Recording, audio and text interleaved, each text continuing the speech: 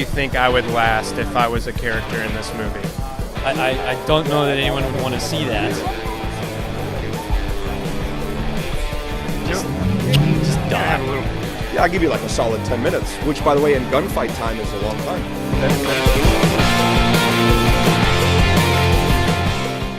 I just can't imagine how many skills that you've kind of accumulated over the years and how well you would survive out. You had to utilize them in real life. How well would you do? You mean without like a multi-million-dollar crew behind me and like feeding me and looking after me? Probably like a day. I don't know. I think you have to be quite realistic about that stuff. Movies give you a false sense of stuff you can do.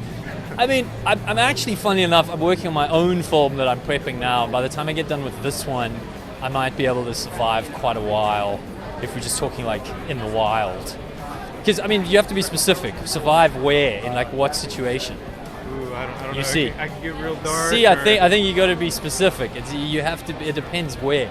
As a director, you're such an incredible visualist, but I'm really curious about your writing process with Amy. Just because this film is confined to one area, I just can't imagine you doing it any differently than like sitting down in a room and then just kind of going through the motions of what all these actors and characters do.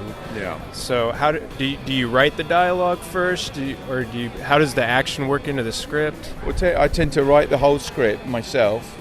On this film, I write the whole script myself, and then I would give it to Amy, and then she would completely rewrite it, and we would not have any conversations about it. And I give it to her, and then it comes back better.